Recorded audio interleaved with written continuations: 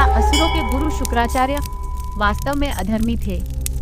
जब भी असुरों का नाम लिया जाता है, लोग तुरंत उन्हें अधर्म से जोड़ देते हैं।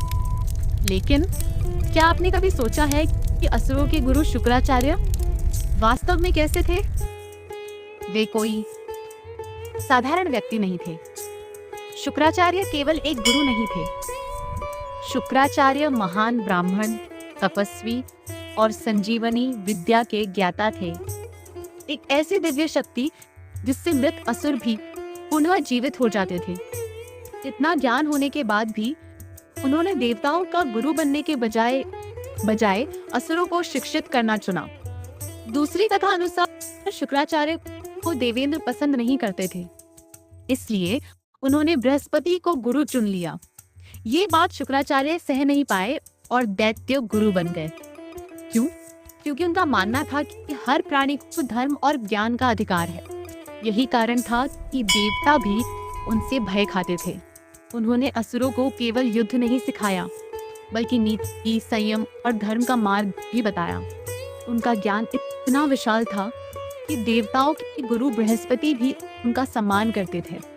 शास्त्रों में शुक्राचार्य को राजनीति, कूटनीति और जीवन दर्शन का महान आचार्य कहा गया है। कभी-कभी अपने शिष्यों के प्रति अत्यधिक मोह भी विनाश का कारण बन जाता है।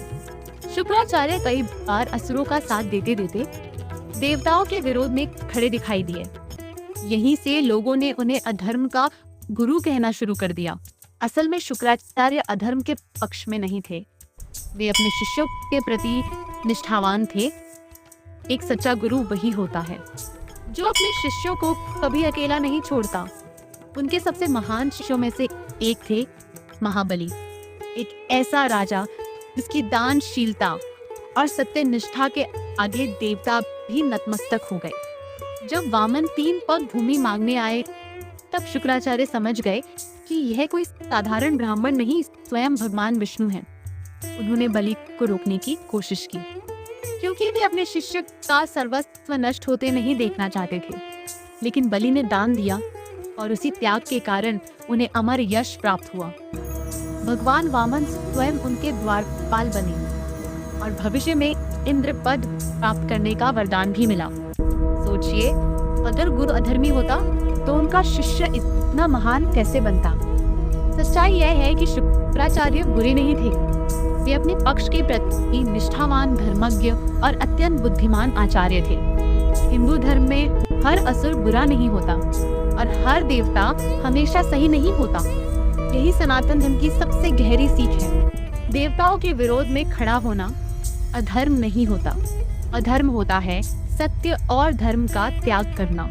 अगर आपको लगता है कि शुक्राचार्य एक महान गुरु थे, तो कमेंट में लिखिए, जय गुरु शुक्राचार्य। ऐसी ही रहस्यमयी पौराणिक Please subscribe to the YouTube channel Dharmik Aitihasik Sanskritik. Like, share and comment on the content provided by Rajiv Sharma today.